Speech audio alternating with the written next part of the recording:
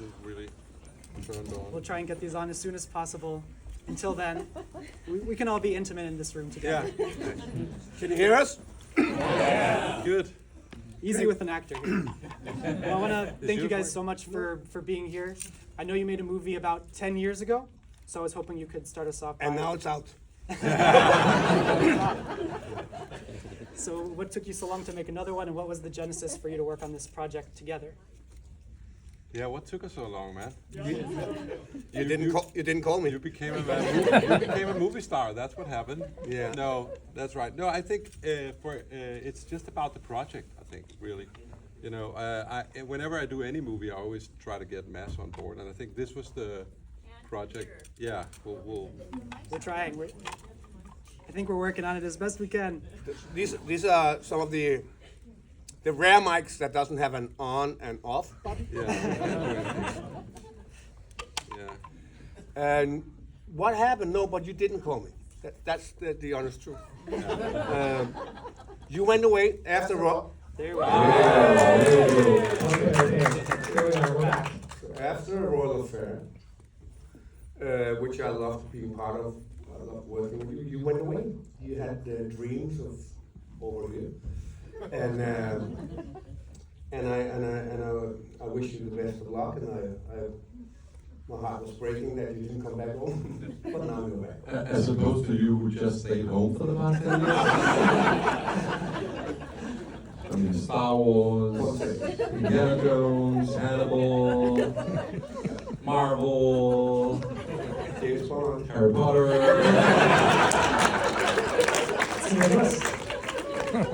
Yeah, 20. I think it was you who went away, Matt, actually. No, it's about the project, and really, you know, I was waiting for something to come along, which would be a good fit for Mads. And as soon as I read, this is based on a novel, and as soon as I started reading this novel, the first thought I had was, I really want to make this into a film, and the second thought I had was, this is perfect for Mads. And I think even before we started writing it, I asked you, I called you, and we had a meeting about the story and the character before we started writing the script, right? And you seemed to like the general idea, but you also wanted to see the script first. It wasn't just like, yeah, whatever you want to do, Nick. It was like, yeah, if you write a good script, you were game. But we remain friends. It's not like we haven't seen each other 10 years, right? This is getting very private. It's getting weird. It's getting weird now. No, I think the script is always the Bible to whatever we do. I mean,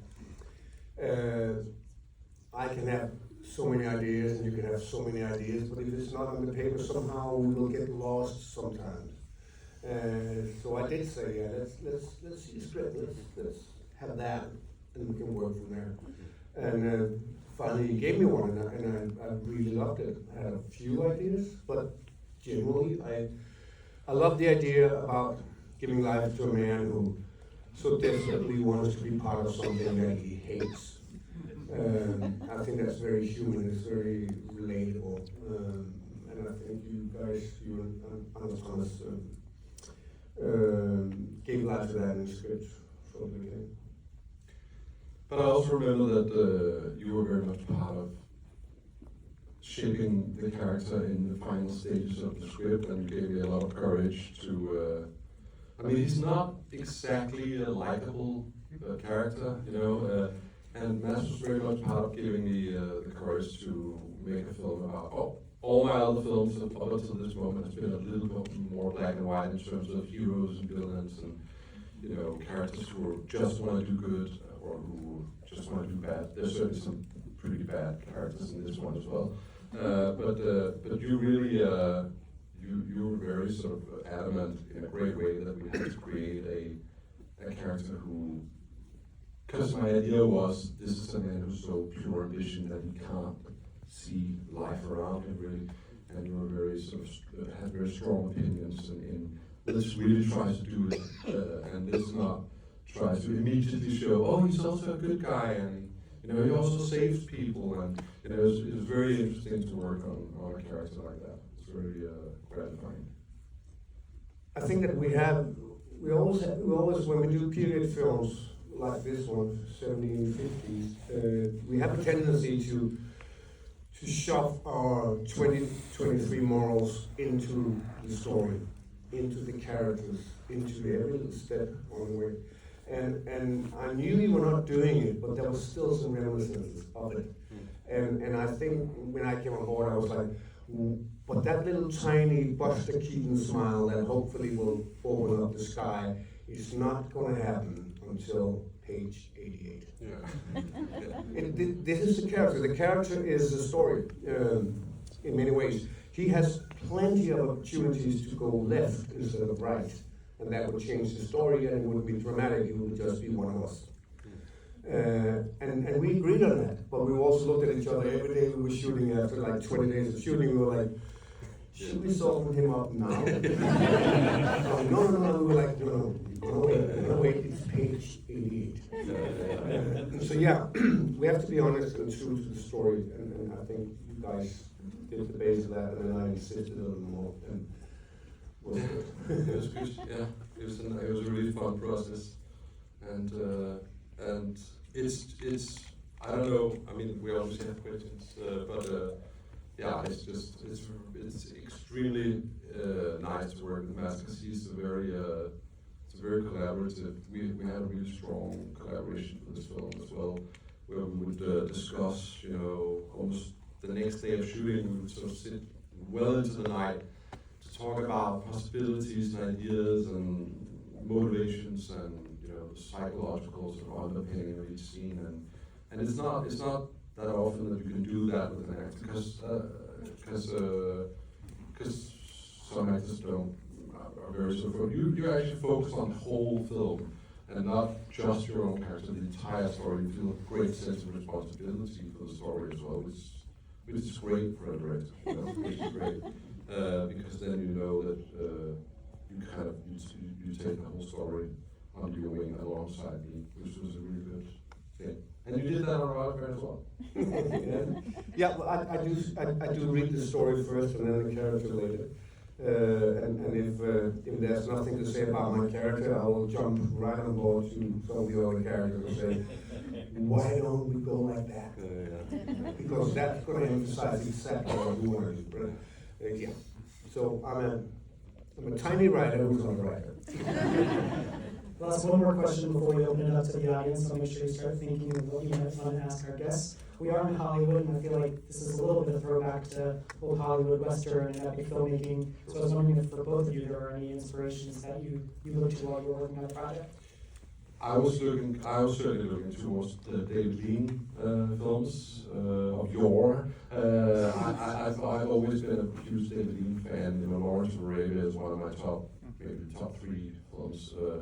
I can just watch it again and again and again, and I love that movie, and I love his way of sort of making these huge epics, but also quite complex characters and quite intimate, storytelling. I think the way that Peter O'Toole portrays Lawrence, and Lawrence is so ahead of his time, but it's still a very epic adventure movie in a way. So I think that was those were some of the films I really looked to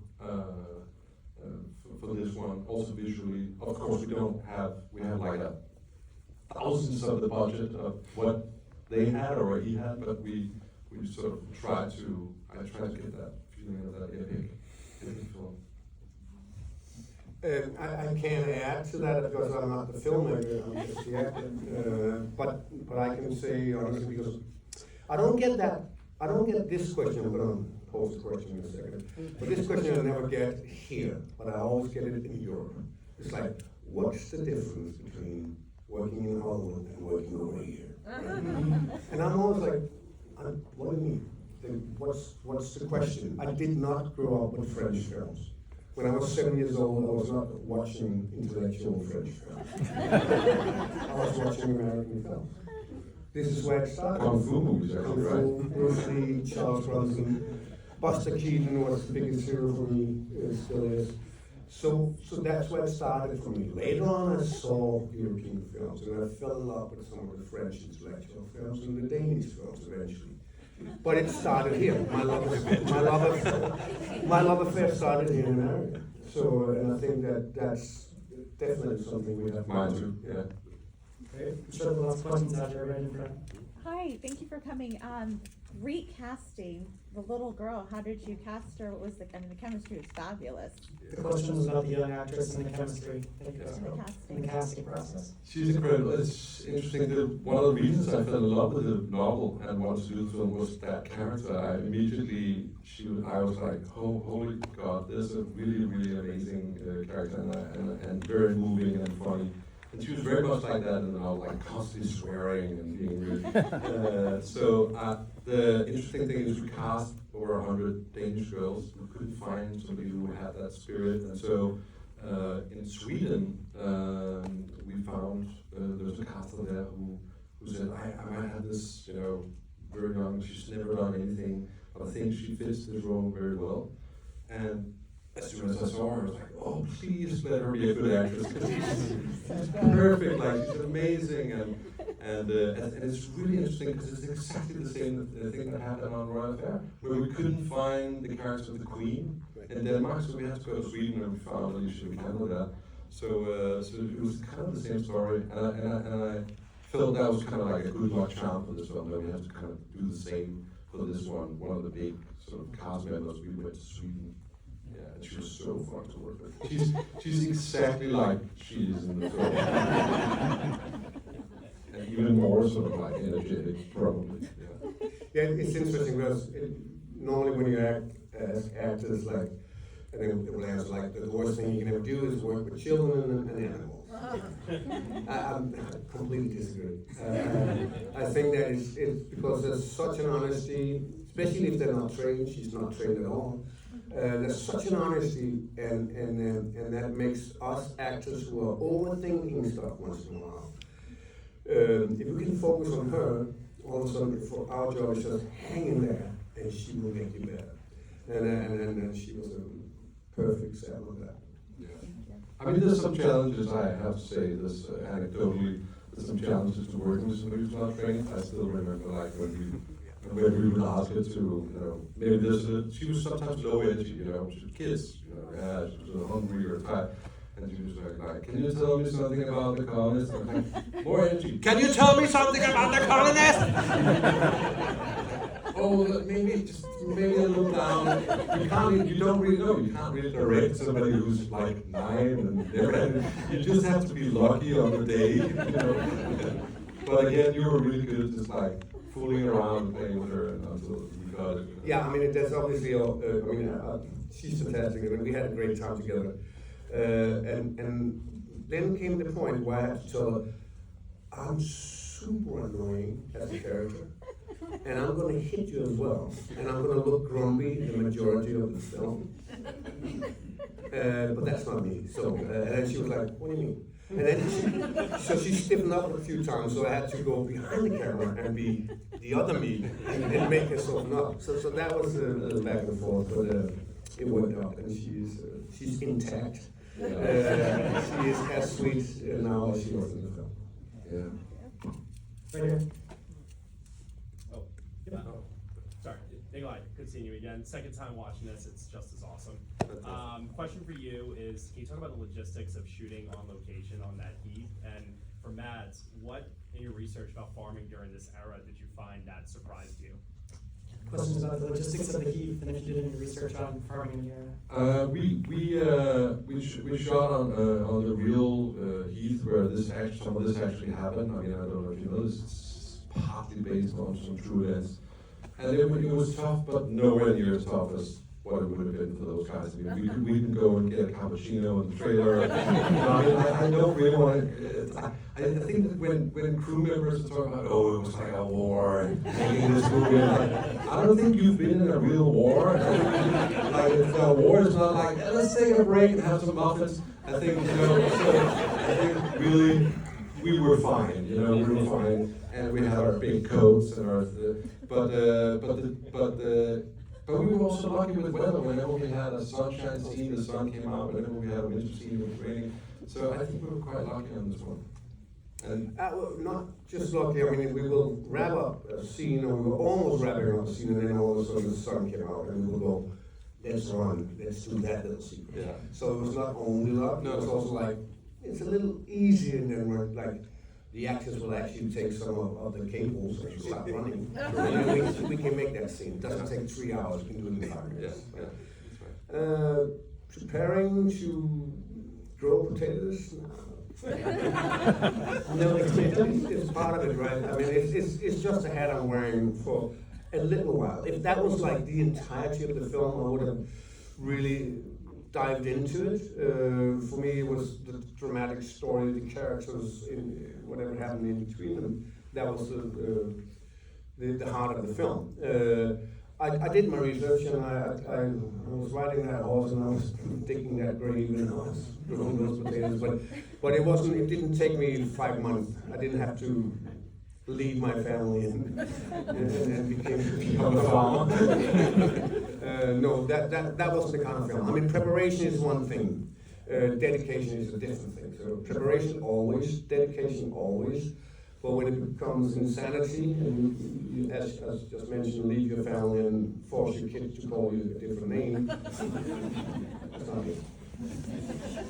Anything all the way in the back? Yep, up there. I was curious, this is such a wonderful film to experience with a group of people. If and when you watch this movie with a group, is there ever a moment that might not be as that stands out as much, but a moment that you always listen to the audience because you really want to hear how they react? You know what? Questions Yeah, that they I were- mean, we probably have different stories for that.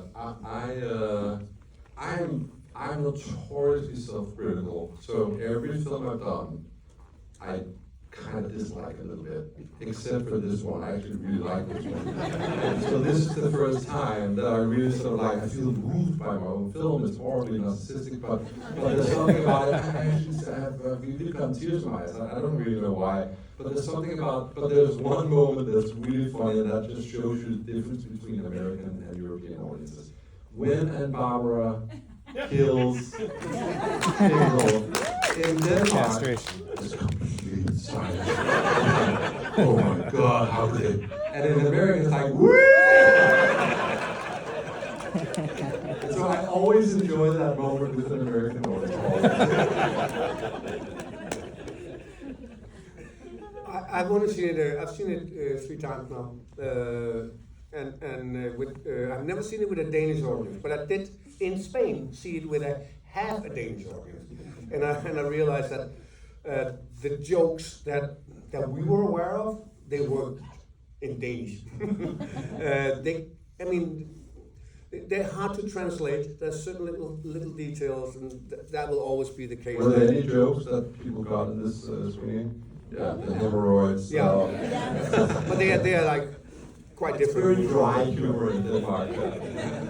And then just watching it again, and first time you watch it, it's like, obviously, it's like, what am I doing? What am I doing in the film? Does it work? Oh, you edited that out? That's out.